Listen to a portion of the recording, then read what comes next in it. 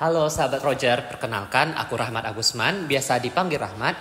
Aku merupakan Magnusus Gyrus Gen Synaptogenesis 2024-2025.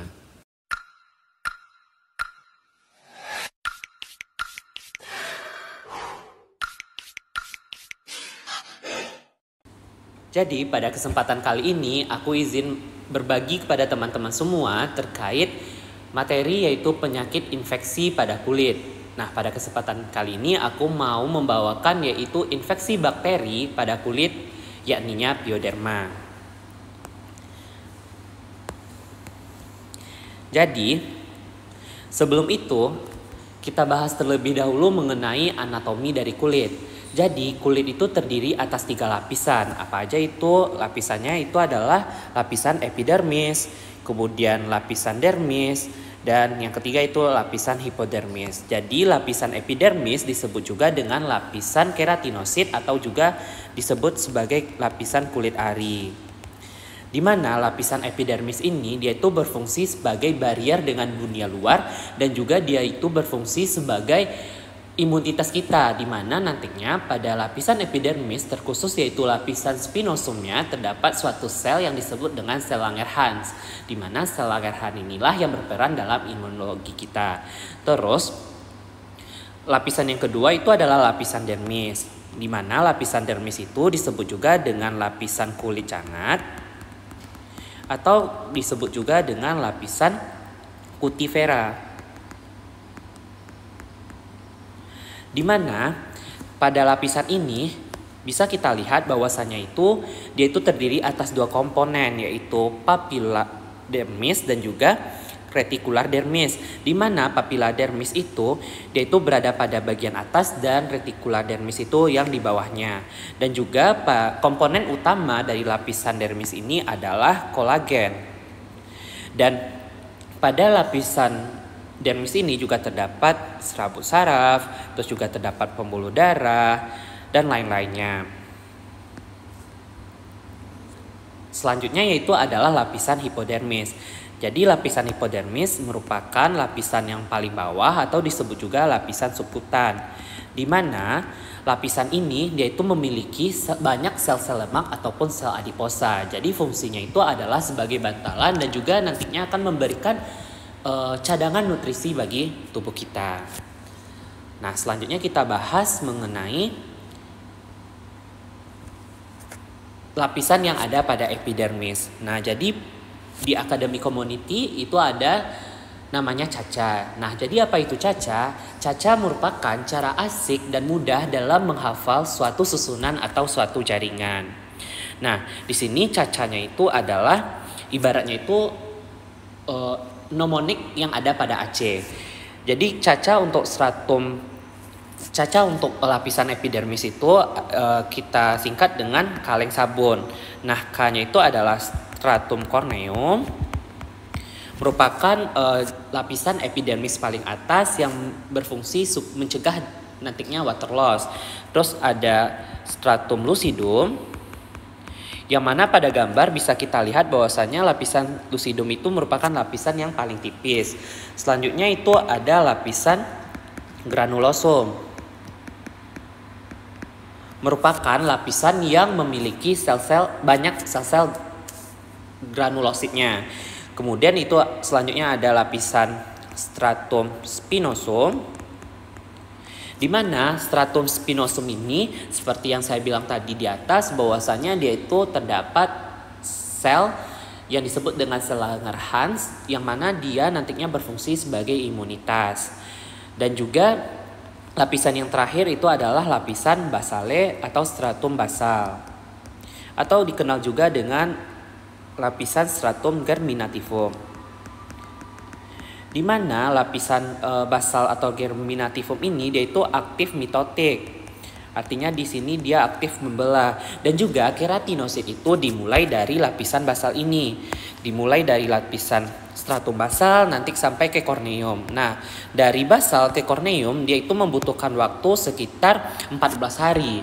Kemudian dari korneum untuk mengelupas dia itu membutuhkan waktu selama 14 hari juga. Makanya 1 kali siklus dari keratinosit itu membutuhkan waktu selama 28 hari. Next, kita akan membahas mengenai fungsi kulit. Nah, jadi fungsi kulit itu apa aja? Selain dari proteksi, dari melindungi dari fisik, terus juga melindungi dari kimia, dan juga melindungi dari cahaya matahari.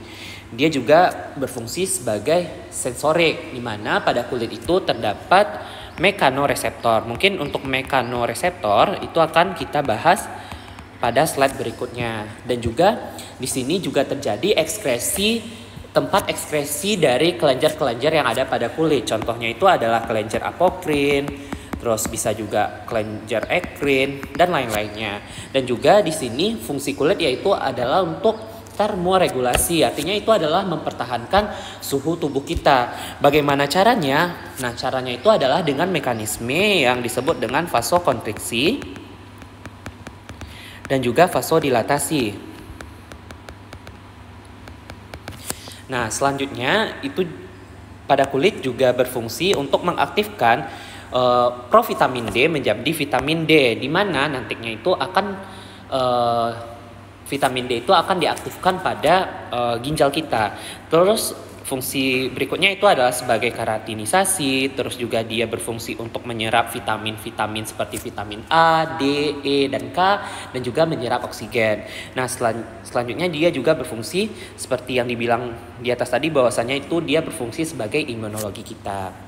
Nah, selanjutnya kita akan membahas mengenai mekanoreseptor yang ada pada kulit. Jadi mekanoreseptor yang ada pada kulit itu, dia itu berada pada lapisan epidermis dan juga lapisan dermis. Di mana reseptor yang ada pada lapisan epidermis itu adalah Meissner dan juga sel Merkel. Di mana pada badan Meissner itu merupakan mekanoreseptor rangsangan dengan ketukan dengan flutternya itu adalah 5-40 Hz. Kemudian untuk sel Merkel itu merupakan mekanoreseptor dengan rangsangan berupa sentuhan atau tekanan. Nah, untuk mekanoreseptor yang ada pada dermis itu ada badan Pacini dan juga ujung Ruffini, di mana nantinya kalau badan Pacini ini dia merupakan mekanoreseptor dengan tekanan yang dalam.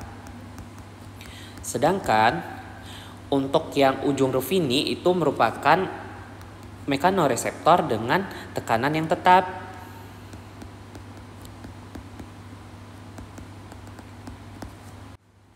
Nah, selanjutnya baru kita masuk ke pioderma. Jadi apa itu pioderma? Jadi pioderma itu merupakan kelainan kulit atau penyakit infeksi pada kulit yang diakibatkan oleh bakteri. Etiologinya itu disebabkan oleh Staphylococcus ataupun Streptococcus atau bahkan keduanya. Tetapi pioderma ini juga bisa diakibatkan oleh batang gram negatif seperti Klebsiella. Bisa juga diakibatkan karena Proteus mirabilis dan juga bisa diakibatkan karena Proteus vulgaris, juga bisa diakibatkan karena E. coli, terus juga bisa diakibatkan karena Pseudomonas aeruginosa. Nah, bisa kita klasifikasikan pioderma itu menjadi pioderma primer dan juga pioderma sekunder. Jadi pioderma primer merupakan infeksi yang terjadi pada kulit normal dan dia itu diakibatkan hanya karena satu mikroorganisme. Sedangkan pioderma sekunder adalah telah terjadi suatu masalah pada kulit terlebih dahulu atau penyakit pada kulit nantinya yang mana ditambah lagi dengan adanya infeksi nantinya. Nah, jika penyakit kulit ini disertai dengan pioderma sekunder, maka dia disebut sebagai impertigenisata. Nah, untuk faktor predisposisinya itu, jadi kembali lagi bahwasannya ini berhubungan juga dengan imunitas. Jadi di sini ada pengaruh dari agen dan juga pengaruh dari lingkungan dan juga pengaruh dari hostnya. Nah, apa aja faktor predisposisinya? Yang pertama itu adalah hygiene yang kurang, dan yang kedua itu adalah penurunan daya tahan tubuh seperti pada pasien-pasien dengan imunokompromis, seperti pada pasien DM, pada pasien HIV, terus juga bisa pada pasien-pasien yang mengalami anemia kronik, terus juga bisa pada pasien-pasien yang post transplantasi organ, atau mengalami penyakit yang kronis. Nah, selain itu juga bisa karena sudah adanya penyakit lain yang ada pada kulit. Nah, contohnya di sini adalah misalkan epidermisnya rusak. Nah, rusaknya epidermis kita misalkanlah karena adanya dermatitis. Nah, karena dermatitis ini nantinya akan membuat si kulit itu menjadi kering. Nanti kalau kulit kering itu akan menimbulkan rasa gatal. Nah, kemudian dari rasa gatal itu maka seseorang itu akan menggaruk. Maka dengan menggaruk ini dapat terhinggap atau dapat terjadi infeksi yang sekundernya oleh bakteri.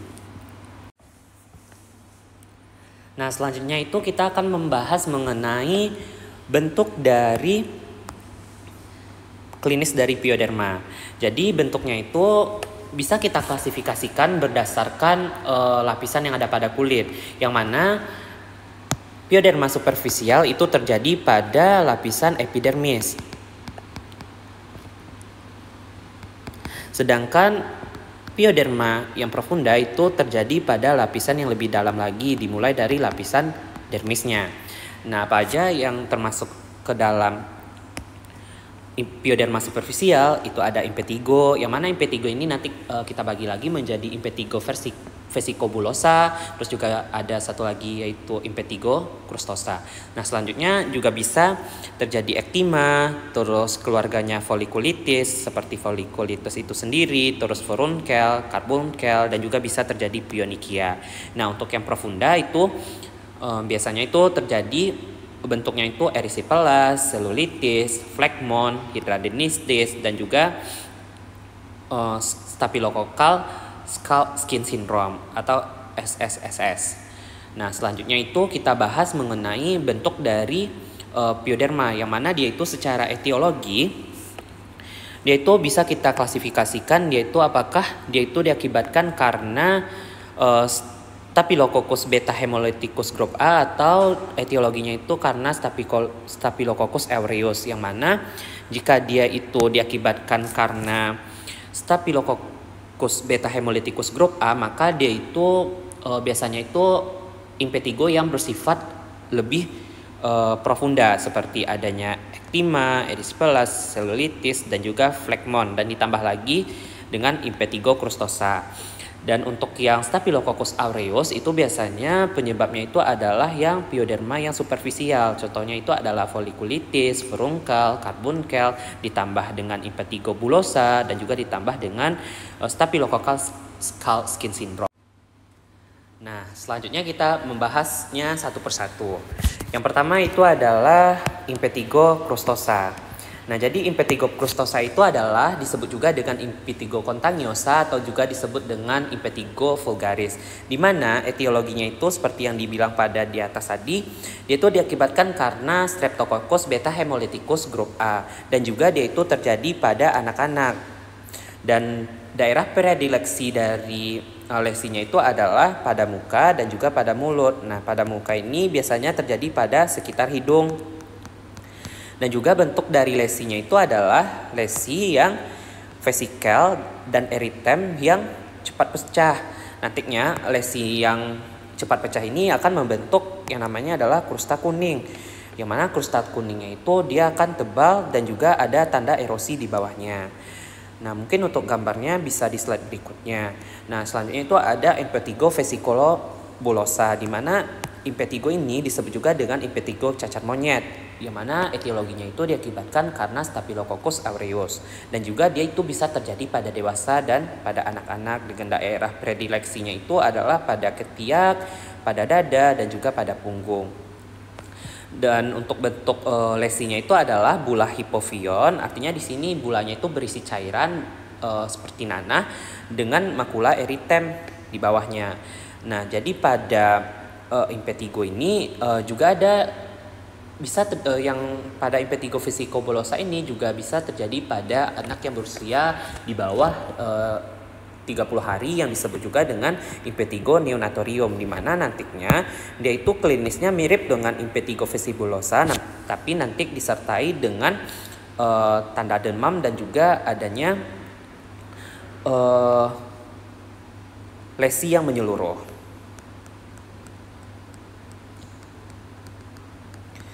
Nah, di sini pada bula hipofion, pada vesikobulosa itu dia itu lesinya itu bersifat mudah pecah, sehingga karena dia itu bersifat mudah pecah dan juga dia itu kendur yang mengakibatkan dia itu mudah pecah, makanya dia itu Nikolsky-nya itu positif.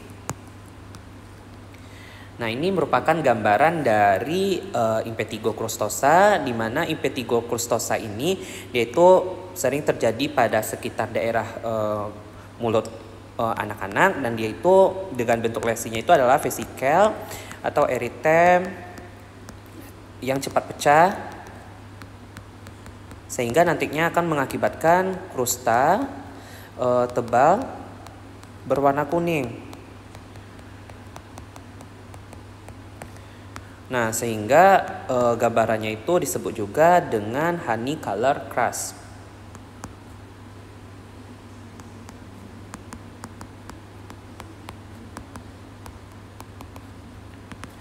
Nah, untuk yang impetigo vesikobulosa di sini bisa kita lihat bahwasannya dia itu terdiri atas hipofion, yang mana hipofionnya itu kendur sehingga dia itu mudah pecah, yang mengakibatkan Nikolsky-nya itu positif. Nah, di sini merupakan gambaran dari impetigo vesikobulosa neonatorium, di mana di sini kita lihat bahwasannya bulanya itu telah pecah dan juga terjadi terdapat makula yang eritem di bawahnya. Nah, selanjutnya itu kita bahas mengenai folikulitis.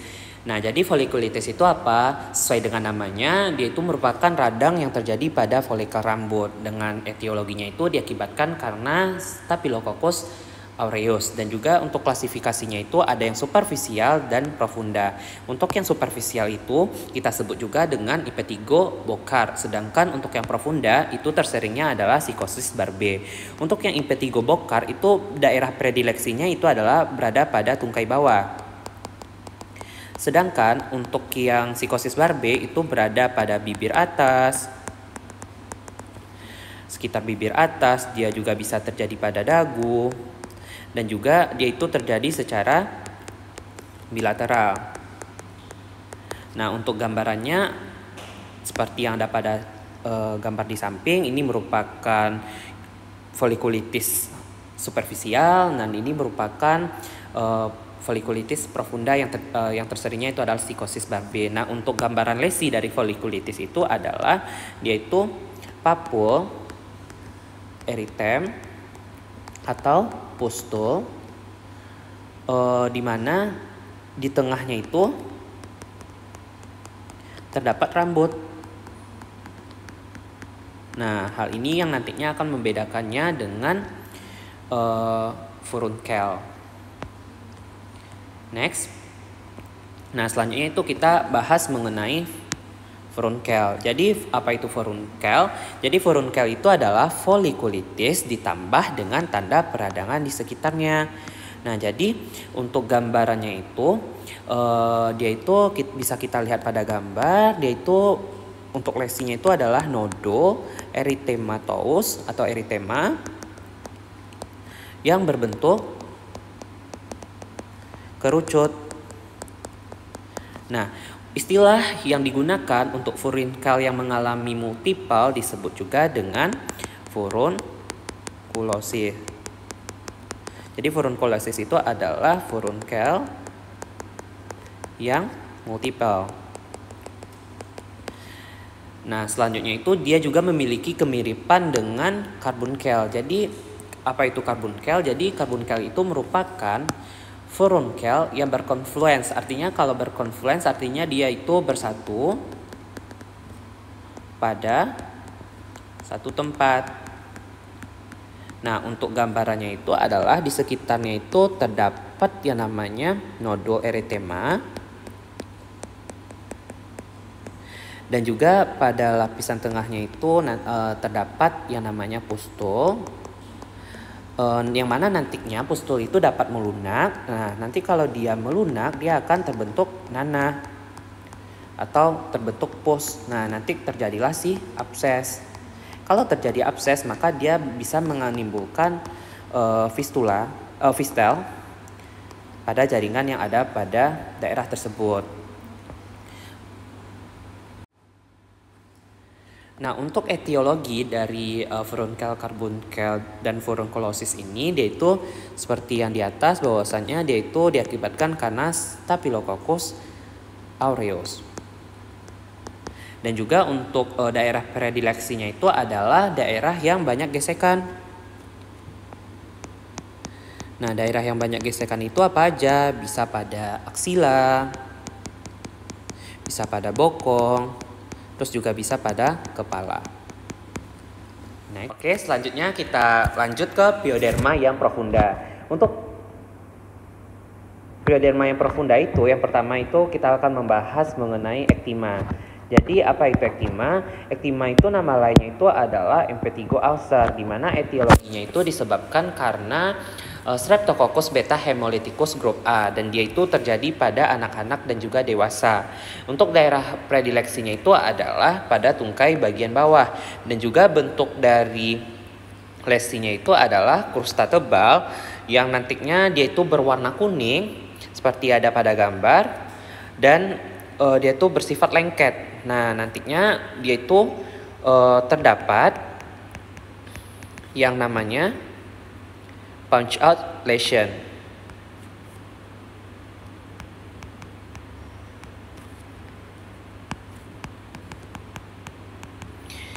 Dimana kalau kita angkat dari lesinya itu atau dari krustainya itu, maka akan ditemukan nantinya ulkus yang dangkal.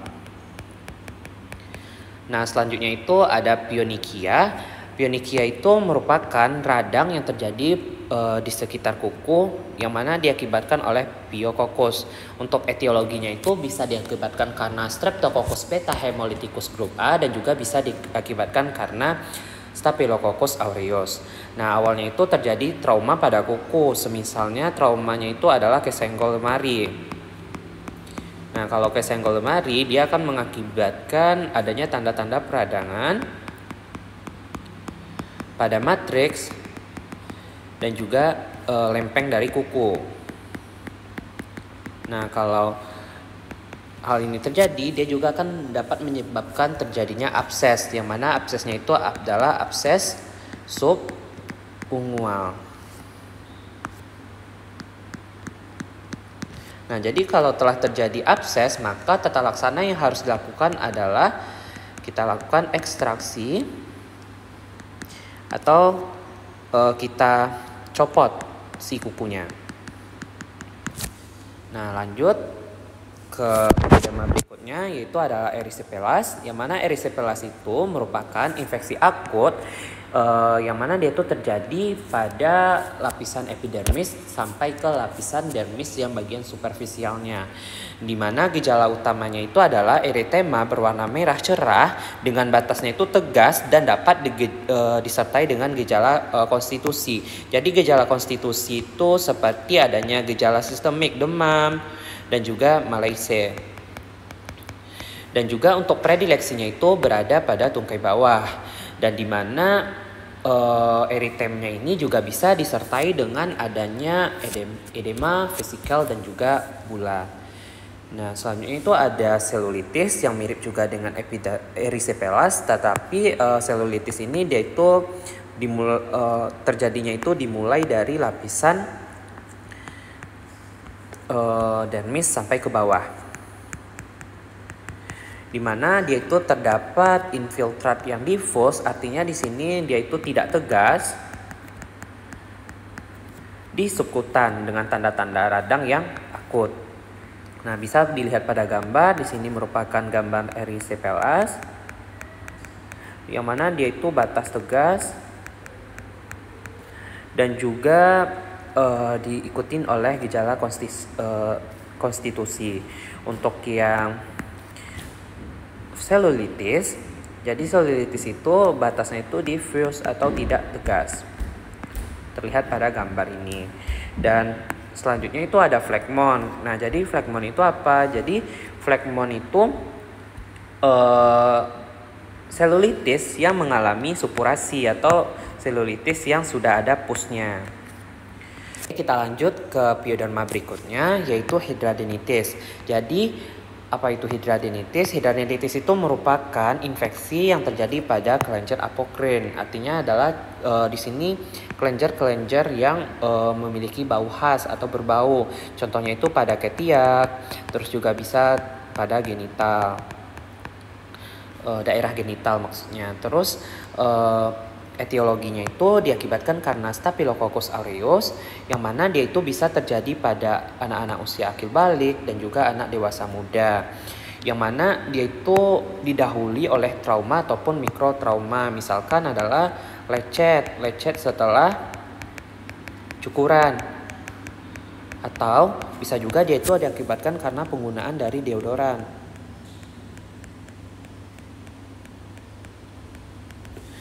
Nah, untuk gejalanya itu disertai dengan gejala konstitusi, yang dijelaskan juga bahwasanya tadi gejala konstitusi itu merupakan gejala sistemik seperti demam, seperti malaise juga termasuk. Nah, untuk lesinya itu adalah nodus ditambah tanda radang, di mana nanti tanda radangnya itu jika melunak akan menjadi abses, sehingga dia itu maka hal inilah yang disebut dengan hidradenitis supuratif. Nah, selanjutnya itu adalah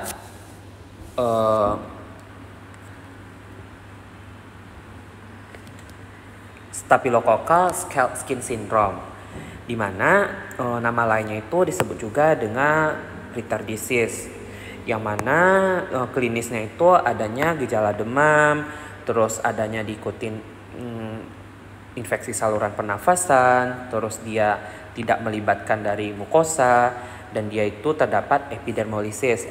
Epidermolysis artinya di sini adalah kulitnya itu melepuh. Dan juga kelainan kulitnya itu adalah eritema yang mendadak, terus dia akan menyeluruh, dan juga bulanya itu menjadi besar dan juga berdinding tebal. Jadi stepnya itu pertama-tama jadi pada kulit itu, jika menjadi pada seseorang anak itu yang mengalami infeksi, nah infeksinya itu bisa masuk melalui mata, hidung ataupun telinga, atau dari tenggorokannya. Nanti dia akan menghasilkan toksin, di mana toksinnya itu bersifat eksotoksin, yang mana eksitosinnya itu bersifat epidermolytik. Nah, contohnya itu yang epidermolytik itu adalah exfoliatin dan juga epidermolin. Nanti dia itu akan beredar ke seluruh tubuh. Nah, setelah itu untuk pengeluaran, karena dia itu bersifat toksin, maka dia dikeluarkan melalui ginjal. Nah, makanya pada kasus ini sering terjadi pada anak-anak yang memiliki riwayat prematur atau ginjalnya itu belum siap, ataupun pada orang dewasa yang mengalami gagal ginjal atau kerusakan pada ginjalnya. Nah, selanjutnya untuk lesinya itu bisa dilihat pada gambar, bahwasanya awalnya lesinya itu adalah eritem mendadak, dan dia akan menyeluruh selama 24 jam. Kemudian akan timbul bula yang besar dalam waktu 24 sampai 48 jam. Nah, selanjutnya akan terjadi pengeriputan, dan pengeriputan yang spontan dan juga pengelupasan. Nah, kalau telah terjadi ini, maka akan mengakibatkan erosi. Makanya pada gambaran ini terdapat yang namanya epidermolysis, atau kulitnya itu seperti melepuh. Nah, nanti kita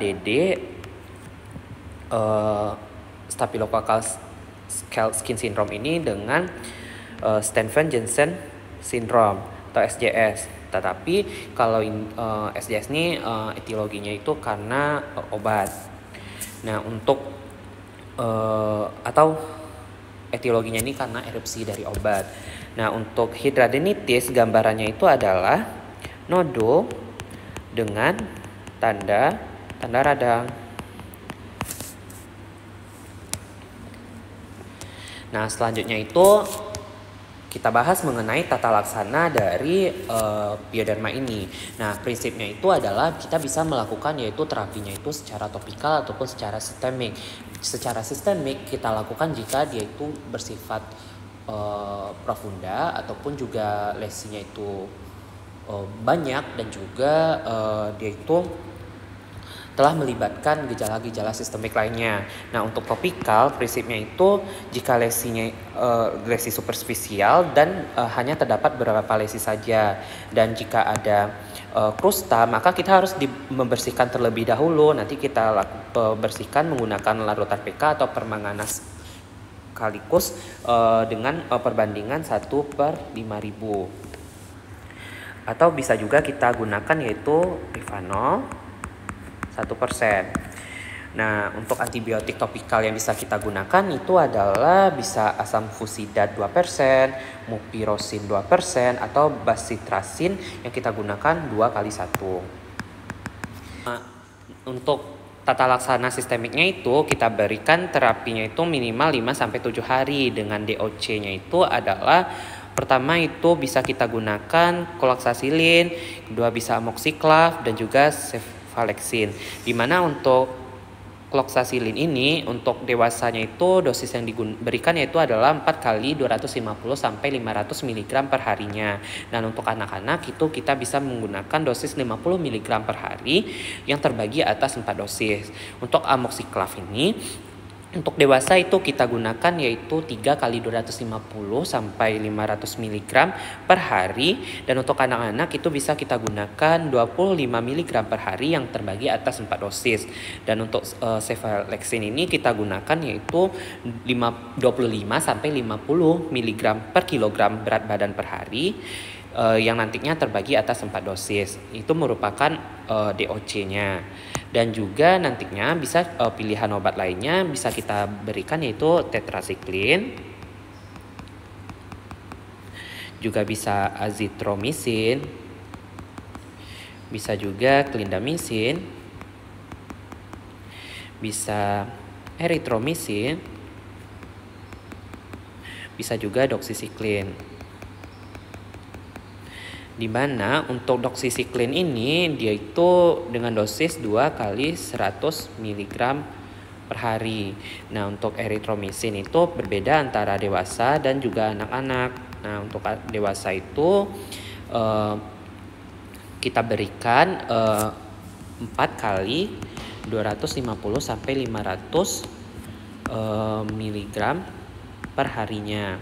Dan untuk anak-anak itu bisa kita berikan 20 sampai 50 mg per kilogram BB per hari.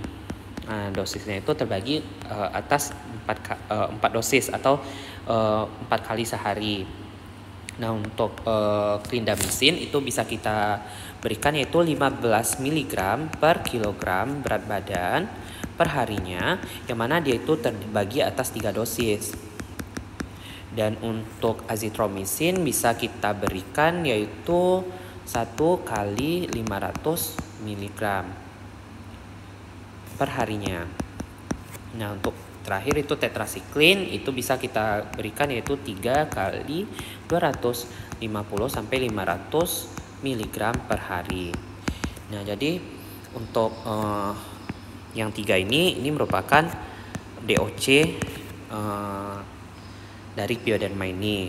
Nah, juga tambahannya apabila terjadi abses atau lesi abses yang besar, dia itu nanti ditemukan juga nyeri misalkan, dan juga ada tanda-tanda fluktuasi. Maka yang perlu kita lakukan yaitu adalah insisi dan juga drainase. Baik, mungkin sekian materi yang dapat aku sampaikan. Semoga apa yang aku sampaikan bisa bermanfaat bagi kita semua. Dan juga jika ada kata-kata aku yang salah atau penyampaian materi yang kurang tepat, mungkin teman-teman bisa perbaiki lagi dengan membaca sumber yang terpercaya. Mungkin sekian dari saya akhiri dengan mengucapkan terima kasih dan sampai jumpa di lain kesempatan. Academic Community Project.